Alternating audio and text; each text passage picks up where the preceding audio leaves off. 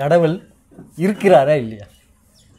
இருந்தால் அவர் ஏன் தன்னை வெளிப்படுத்தி கொள்ளவே இல்லை? அடிப்படையே ஆட்டிட்டாரு, அதாவது வேறையே பிடிக்கிட்டாரு. கடவுள் இருக்கா இல்லையா அப்படின்னு, கடவுள் இருக்கா இல்லையா அப்படின்னு எந்த ப்ரூஃப்மே காட்ட முடியாது. கடவுள் இருக்காரு இல்லை, அதை பற்றி நம்ம இதை பிரசங்கம் பண்ணி இது இருக்கிறாருன்னு நிரூபித்து நாம் என்ன செய்ய போகிறோம்? ஒன்றும் கிடையாது. கடவுள் இருக்கிறாரா இல்லையா அப்படின்னு அவங்கவுங்க தான் இதை தேடி கண்டுபிடிக்க முடியாது.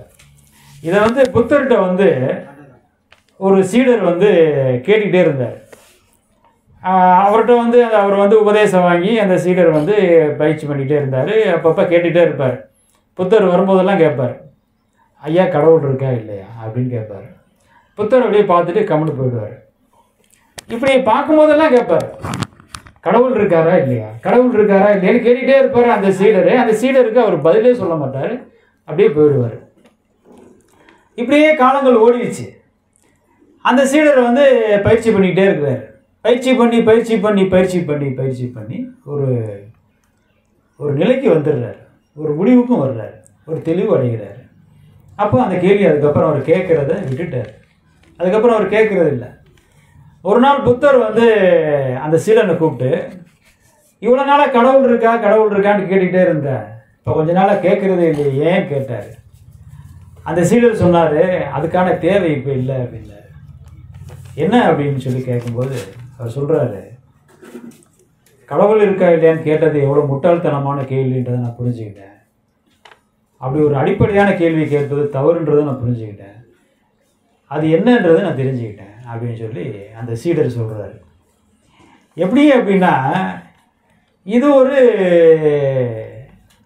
அதாவது ஒரு பள்ளிக்கு வெளியே நின்றுக்கிட்டு இல்லை கல்லூரிக்கு வெளியே நின்றுக்கிட்டு எம்ஏன்னா என்னது, எம்பின்னா என்னது, டாக்டர்னா என்னது, அதுக்கு விளக்கம் சொல்ல முடியுமா? அப்படி ஒரு படிப்பு இருக்கு, அதெல்லாம் படித்தா நான் என்ன ஆகிடுவேன் அப்படின்னு யாராவது வெளியில் கேள்வி கேட்டாங்கன்னா, கேட்டுக்கு வெளியே நின்று கேள்வி கேட்டாங்கன்னா அந்த லெக்சர் அதுக்கு என்ன பதில் சொல்லுவார்? எம்ஏன்னா என்னதுங்க, பிஎஸ்சினா என்னதுங்க, பிகாம்னா என்னதுங்க அப்படின்னு ஒருத்தர் கேள்வி கேட்குறாரு. அதுக்கு என்னதான் அவர் அந்த லெக்சர் பதில் கொடுப்பாரு. நீ வேணா இப்போ காலேஜில் பிஜிக்கு ஃபீஸ் கட்டிட்டு வேணா உள்ளே படி, இது ஒரு 3 வருஷம் இல்லை 5 வருஷம் படிப்பு. படித்ததுக்கப்புறம் நீயே தெரிஞ்சுப்ப எம்ஏன்னா என்னது, பிஏன்னா என்னது, பிஎஸ்சின்னா என்னது. அது மாதிரியான ஒரு கேள்வி தான் கடவுள் இருக்கா இல்லையா அப்படின்னு. ஏன்னா ரொம்ப சாதாரணமாக இந்த கேள்வியை முன் வச்சிடுறாங்க. அதாவது கோயிலுக்கு போகிறவங்களும் இதை எப்போ கேட்குறாங்க அப்படின்னு பார்த்தா, அவங்களுக்கு ஒரு துன்பம் வர்ற காலத்தில் ஏதோ ஒரு நம்பிக்கையில் கோயிலுக்கு போயிடுறாங்க. ஒரு நம்பிக்கையின் அடிப்படையில் கடவுள் இருந்தாலும் இருக்கலாம். கடவுள் இருக்கிறாருன்றதுக்கு எந்த ஒரு ப்ரூஃபுமே கிடையாது. ஏன்னா அது ஒரு பேர் இயக்கம். அது எப்படி பேர் இயக்கமாக ஆகுது அப்படின்னா, ஒரு உணவு நம்ம இலையில பரிமாறப்படுது. அழகா வாழை இலை போட்டு சாப்பாடு வச்சு பலவிதமான பதார்த்தங்கள், கூட்டுக்கறி எல்லாம் வச்சு, அப்பளம், பொரியல், வடை, பாயசம் எல்லாமே வைக்கப்படுது நம்ம இடையில. இப்படி இவ்வளவும் வச்சாலும் அதுக்கு பேர் என்னன்னா சாப்பாடு தானே சொல்கிறோம். ஆனால் அந்த சாப்பாடுன்னு எதை சொல்கிறோம்? நம்ம அதை சோறை சொல்கிறோமா, குழம்பை சொல்கிறோமா, இல்லை கூட்டை சொல்கிறோமா, இல்லை பொரியலை சொல்கிறோமா, அப்பளத்தை சொல்கிறோமா, இல்லை அதுக்கு கீழே போடுற இலையில சொல்கிறோமா? மொத்தத்தில் சாப்பாடு. ஆனால் அந்த சாப்பாட்டுக்கு பின்னால் எவ்வளோ பெரிய பேர் இயக்கம் இருக்குங்கிறது நீங்கள் புரிஞ்சுக்கணும். அதுக்கு பின்னால் மிகப்பெரிய இயக்கம் இருக்குது. ஒவ்வொரு அதில் போட்டிருக்க பருப்பு ஒரு ஊர்லேருந்து தயாராகி வரும், அதில் போட்டிருக்க அரிசி ஒரு ஊர்லேருந்து தயாராகி இருந்திருக்கும், அதில் போட்டிருக்க பொரியலுக்கு போட்டிருக்க அந்த பீன்ஸோ இல்லை அவரைக்காயோ இல்லை வெண்டைக்காயோ சுண்டைக்காயோ ஏதோ ஒன்று ஒரு ஊர்லேருந்து வந்திருக்கும். அந்த இலை ஒரு ஊர்லேருந்து வந்திருக்கும். ஏன்னா அந்த தண்ணி அந்த ஊர்லேருந்தே பிடிச்சிருப்பீங்க. இப்படி ஒவ்வொன்றும் ஒரு ஊர்லேருந்து ஒரு மனிதர்களுடைய எவ்வளோ ஆயிரக்கணக்கான மனிதர்களுடைய உழைப்பு அதுக்குள்ளே இருக்குது. அந்த ஒரு இலை சாப்பாட்டுக்குள்ளே, இந்த ஒரு இலை சாப்பாட்டுக்குள்ளே அவ்வளோ உழைப்பு இருக்குது அதுக்குள்ளே. அப்போ அந்த பஞ்சபூதங்களுடைய செயலும் அதுக்குள்ளே இருக்குது. பஞ்சபூதங்கள் அதுக்கு அருளாசி செய்யலைன்னா இவ்வளோ சாப்பாடு வராது. அந்த சாப்பாடே பஞ்சபூதம் தான். அப்போ எல்லாமே இந்த உலகத்திலிருந்து உருவான சாப்பாடு அந்த பஞ்சபூதம். அந்த பஞ்சபூதத்தை தான் நம்ம திருப்பி உள்ளுக்குள்ளே போட போகிறோம். இது ஒரு பஞ்சபூதம். இப்படி தான் வந்து நம்ம கடவுளை புரிஞ்சுக்க முடியுமே தவிர அது ஒரு சிங்கிள் பர்சன் கிடையாது, ஒரு ஆள் கிடையாது. ஒரு ஆள்னா அது இவர் தான் அப்படின்னு சொல்லிடலாம். அது ஒரு பேர் இயக்கம். அந்த பேர் இயக்கத்தை எப்படி புரிஞ்சுக்கிறது அப்படின்னா, இது மாதிரியான ஆன்மீக பாதைக்குள்ளே வந்து அடிப்படையாக ஒரு குருவை சந்திச்சு இல்லை தன்னிச்சையாகவே தேடலாம். அது தன்னிச்சையாகவே உணர முடியும். அது மிகப்பெரிய தேடலின் முகமாக எல்லாத்தையும் விட்டுட்டு அப்படி தேடுறவங்க தேடி கண்டுபிடிச்சவங்களும் உண்டு, குருமுகமாக தேடி கண்டுபிடிச்சவங்களும் உண்டு, பக்தி முகமாக பக்தி செஞ்சே இதை வந்து கண்டுபிடிச்சவங்களும் உண்டு. ஆழ்வார்கள் மாதிரி நாயன்மார்கள் மாதிரி பக்தியிலே வந்து இதை தேடி கடவுள்னா இதுதான் அப்படின்னு கண்டுபிடிச்சவங்களும் உண்டு. இப்போ இந்த கேள்விக்கு நான் மொத்தத்துக்கு பதிலே சொல்லலை சரியா.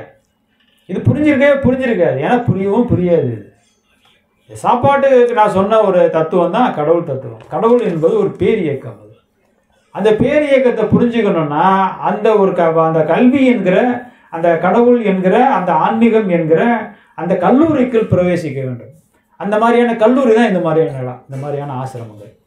அப்போ இந்த ஆசிரமத்துக்குள்ளே வந்தோடனே கடவுள் தெரிஞ்சிருமா, உபதேசம் வாங்கினோடனே கடவுள் தெரிஞ்சிருமா அப்படின்னா தெரியாது. உபதேசம் வாங்கணும், பயிற்சி பண்ணணும்.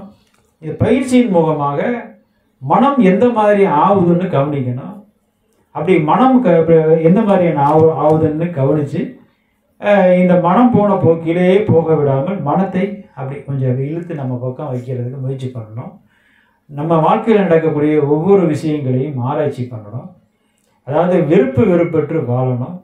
வெறுப்போட எந்த ஒரு விஷயத்தையும் அணுகினாலும் கடவுளை கண்டுபிடிக்க முடியாது. இப்படி இந்த மாதிரி கேள்விக்கு எங்கிருந்து யார்கிட்ட இருந்து வருதுன்னா வெறுப்போட உள்ளவர்களிடமிருந்து தான் இது போன்ற கேள்விகள் வருது. கடவுள் இருக்கா இல்லையான்னு வெறுப்பை கடந்து விட்டு தான் நடுநிலையோடு நின்று தான் கடவுளை பார்க்கணும். இப்போ வந்து நீங்கள் வந்து ஒரு குடிகாரன் கூட நீங்கள் வந்து ஒரு பழக்கம் வச்சுக்கணும்னா நீங்களும் குடிக்கணும். அவங்க கூட நீங்கள் ரொம்ப ஃப்ரெண்ட் ஆகணும்னு நீங்கள் ஆசைப்பட்டுட்டீங்க. ஒரு குடிகாரன் கூட நீங்கள் எப்படி ஃப்ரெண்ட் ஆவீங்க? சும்மா போய் என்கிட்ட பேசிகிட்டே இருந்தால் நீ வா கடைக்கு வான்னு கூப்பிடுவோம், வரியா என் கூட வரியா சேர்ந்து நல்லா சரக்கு அடிக்கலான்னு கூப்பிடுவோம். அப்போ சரின்னு சொல்லி நீங்கள் அவங்க கூட போய் சரக்கு அடிக்க ஆரம்பிச்சிட்டிங்கன்னா அவனும் நீங்கள் ஒன்றே இருவீங்க. நீங்கள் வேறு அவன் வேறு இல்லை. எங்கன்னா ஒரு 100 ரூபா கிடைச்சிச்சுன்னா மச்சான் வாடா, 100 ரூபா கிடைச்சிச்சு வாடா போகலான்னு கூப்பிடுவாங்களா. அதே மாதிரி நீங்களும் எங்கன்னா ஒரு 100 ரூபா கிடைச்சுன்னா மச்சான் வாடா நீங்கள் ஒன்று கூப்பிட்டு போயிடுவீங்க. 2 பேரும் ஜாலியாக இருப்பீங்க சரக்கு அடிச்சுட்டு. இப்படி சாதாரணமாக ஒரு தண்ணி அடிக்கிறதுக்கு ஒரு நண்பரை பிடிக்கணும்னால அவனாக நீங்கள் மாறணும், நீங்கள் அவனாக மாறணும். அப்போ கடவுளை தெரிஞ்சுக்கணும் அப்படின்னா நீங்கள் அந்த நிலைக்கு போகும், உயர்ந்த நிலைக்கு போகும். உயர்ந்து நீங்கள் ஒரு இடத்துல இருந்துக்கிட்டு அது உயர்ந்த இடத்துல இருக்குது, அதை போய் எப்படி நம்ம புரிஞ்சிக்க முடியும்? கீழே அதாவது கீழே நின்றுக்கிட்டு 7வது மாடியில் இருக்கக்கூடிய ஒரு ஆள் கூட நீங்கள் பேசுனீங்கன்னா என்ன அவர் பேசுகிறது என்ன புரியும் உங்களுக்கு? அது வாயாசிப்பார், அங்கே வாயாசிப்பார். அந்த வாயாசப்பை வச்சு ஏதோ ஒரு பாதி புரிஞ்சு பாதி புரியாமலையா முடிச்சிட்டு நிற்பீங்க. அப்போ நீங்கள் மேலே போகணும், 7வது மாடிக்கு போகணும். 7வது மாடிக்கு போனீங்கன்னா அவர் பேசுகிறது உங்களுக்கு புரியும். அப்போ அந்த உயரத்தை நீங்கள் கடக்கணும், மேலே போகணும். மேலே போனால் தான் அது தெரியும். அது இல்லாமல் இது போன்ற புதர்க்க கேள்விகளையே கேட்டு காலம் தள்ளிக்கிட்டே போயிட்டுருக்குறாங்க நம்மளுடைய மனித சமூகம். இங்கே மட்டும் இந்த கேள்வி வைக்கணும்னு நினைக்காதீங்க. இந்த கேள்வி உலகம் முழுக்கவே இருக்குது. உலகம் முழுக்கவே ஆராய்ச்சியார் பண்ணிகிட்டு இருக்கான். கடவுள் இருக்கானா இல்லையா, கடவுள் இருக்கா இல்லையா, அதை தெரிகிறதால ஒரு பிரயோஜனம் இல்லை. ஆனால் அந்த நிலையை எட்டணும்னா மற்ற விஷயங்கள்லாம் ஒதுக்கி வைக்கணும். அதாவது வந்து ஆடம்பர விஷயங்களாக இருக்கட்டும், உலக சம்பந்தமான விஷயங்களாக இருக்கட்டும், இல்லை வந்து தனிப்பட்ட வெறுப்பாக இருக்கட்டும், எல்லாத்தையும் ஒதுக்கி வைக்கணும். ஒதுக்கி வச்சா அது தெரியும். அப்படி ஒன்றும் தெரிஞ்சிக்க வேண்டிய அவசியம் இல்லைன்னா உங்கள் வேலையை பார்த்து நீங்கள் பாட்டுக்கு போயிட்டே இருக்கலாம். இந்த மாதிரியான கேள்விகளுக்கெல்லாம் வந்து ஒரு கேள்வி தான் கேட்டார். எவ்வளோ நேரம் இருக்கும்? அது ஒரு 30 செகண்ட் கேள்வி தான் அது. ஆனால் இன்னும் கூட நான் முழுமையாக அதுக்கு பதில் சொல்லணுன்றது எனக்கு தெரியல. அதுக்கு முழுமையாக பதில் சொல்லவே முடியாது. ஏன்னா அவ்வளோ பெரிய சப்ஜெக்ட் போய்கிட்டே இருக்கும். நீங்கள் இருக்கிற எல்லா விஷயங்களையும் நீங்கள் எடுத்துகிட்டு வந்து சொன்னால் கூட அது புரியாது. இருக்கிற யதார்த்த உண்மை இதுதான். இறைவன் என்பது ஒரு மிகப்பெரிய பேரியக்கம். அந்த பேரியக்கத்தை உள்வாங்கணும் அப்படின்னா அது ஒரு படிப்பு, அது ஒரு கல்வி முறை, அது ஒரு தொழில்நுட்பம்.